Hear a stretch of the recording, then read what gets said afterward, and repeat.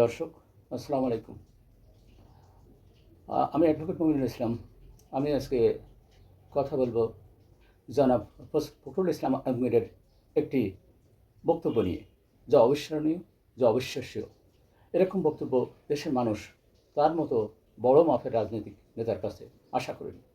কারণ জুলাই আন্দোলনে তারাই জুলাই আন্দোলনের পক্ষে ছিল।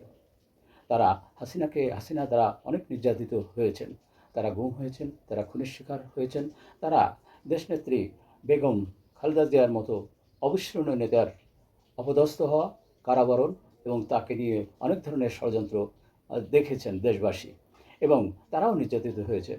বিএনপি ফখরুল ইসলাম আলমগীর সহ হাজার হাজার নেতাকর্মীর বিরুদ্ধে হাজার হাজার মামলা দেওয়া হয়েছে, তাদেরকে মৃত্যুদণ্ড পর্যন্ত দেওয়া হয়েছে। সেই দলের সবচেয়ে বড় নেতা কিভাবে, যারা এত অত্যাচার করেছে তাদের পক্ষে কেন গেলেন, তাদের পক্ষে কেন কথা বললেন, তাদের পুরো পক্ষ অবলম্বন কেন করলেন? তাহলে কি তার শিকড়কে অস্বীকার করা হয় না? তার মানে তাদের কোনো নৈতিকতা আছে, তাদের কোনো নীতিবোধ আছে? না যখন যেটা পাওয়া যাবে, যখন যেখানে যা পাওয়া যাবে তাই খেয়ে ফেলতে হবে? দেখেন, আপনারাই বিচার করেন। চিটাগাংয়ের আলম, তারা কত টাকা নিয়ে গেল, অথচ তাদের সহায় সম্পত্তি কারা দেখভাল করছে? এখন বিএনপি যে বলছে যে তারা আওয়ামী লীগ নেই তাই কি, তারা আছে, তারা সহযোগিতা করবে, তারা সকল মামলা উইথড্র করে নেবে। আপনারা সকলেই এ বিষয়ে অবগত আছেন। কিন্তু প্রশ্ন হলো, সবাই পরিস্থিতি ব্যাখ্যা করছে, কিন্তু কেন তারা এটা করছে? তারা কি নিজের স্বার্থ বোঝে না? অবশ্যই বোঝে, এবং বেশি বোঝে। তারা বোঝে যে কীভাবে আওয়ামী লীগের ভোটগুলো আদায় করা যাবে, কিভাবে ইন্ডিয়ার স্বার্থকে রক্ষা করা যাবে, কিভাবে আরও বেশি তাদের সাথে যোগাযোগ করে তাদেরকে থাকতে দেওয়া, তাদেরকে সহযোগিতা করা। এই এগুলো করলে তাদের অনেক স্বার্থ, বৈশ্বিক স্বার্থ হাসিল হবে। আপনারা সকলেই অনেকেই জানেন যে ওবায়দুল কাদেরকে ইন্ডিয়ার সীমান্ত পর্যন্ত পৌঁছে দিয়েছে কারা? জানেন আপনারা এটা? ওবায়দুল কাদেরকে রংপুরের এক নেতা তার গাড়িতে করে সীমান্ত পর্যন্ত পৌঁছে দিয়েছেন। আপনারা ভাবতে পারেন এটা কি হাইকমান্ডের নির্দেশ ছাড়া এই ধরনের কার্যক্রমে দলীয় নেতারা অংশ নিতে পারে? তার মানে তার মানে সবই একই সূত্রে গাঁথা। আওয়ামী লীগের ভোট পেতে হবে, আওয়ামী লীগের যে তারা যে ভাগা পেয়েছে সে ভাগার অংশ পেতে হবে, এইভাবেই ক্ষমতায় যাওয়া যাবে। কিন্তু এইভাবে আমরা যদি ইতিহাসের দিকে তাকাই, তাহলে বাংলাদেশে কি এইভাবে কখনো রাজনীতি করে, রাজনীতির নতুন আদর্শকে গ্রহণ না করলে, পরিবর্তিত পরিস্থিতির সাথে নিজেকে খাপ খেয়ে রাজনৈতিক দর্শনের পরিবর্তন না করা গেলে, নতুন বয়ান না করা গেলে এভাবে কি রাজনীতি করা যাবে? এভাবে কি দেশে টিকে থাকা যাবে? এভাবে কি নিজের ভোট হারাবে না? আপনারা সকলে জানেন বিএনপিকে ভোট দেয় কারা? বলেন। ইন্ডিয়া আওয়ামী লীগ যারা, তারাই বিএনপির ভোট ব্যাংক।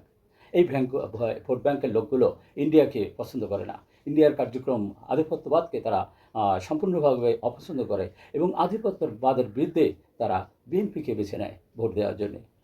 তাহলে এই ভোট ব্যাংকগুলো আপনি হাসিনা আওয়ামী লীগপন্থী, হাসিনা আওয়ামী লীগের এবং ইন্ডিয়ানপন্থী। সুতরাং ইন্ডিয়ার কার্যকলাপ, হাসিনার কার্যকলাপের সাথে যদি বিএনপি তার কার্যকলাপকে মিশিয়ে ফেলে এবং একই দলে রূপান্তরিত হয়, তাহলে কি দেশের ভোট পাবে?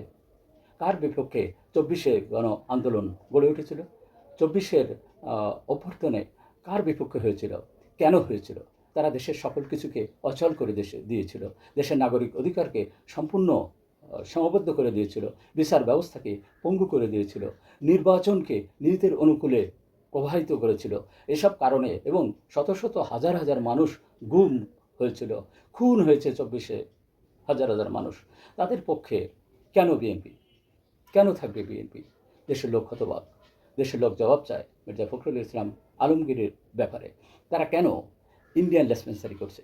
তারা কেন দেশীয় লোকের, দেশীয় জনগণের, সাধারণ জনগণের ভাবের সাথে, সাধারণ জনগণের মনোবাঞ্ছনার সাথে, সাধারণ জনগণের রাষ্ট্রীয় আকাঙ্ক্ষার সাথে তারা কেন একত্র হতে পারছে না? তারা কেন বারবার পিছনের দিকে ফিরে যাচ্ছে? তারা কেন স্বৈরাচারের দোসরে রূপান্তরিত হচ্ছে? দেশবাসী জানতে চায় বিএনপির কাছে, দেশবাসী জানতে চায় তারেক রহমানের কাছে, দেশবাসী জানতে চায় বেগম খালেদা জিয়ার কাছে। আমরা এর জবাব চাই। আমরা তাদের অবস্থান আরও পরিষ্কার চাই।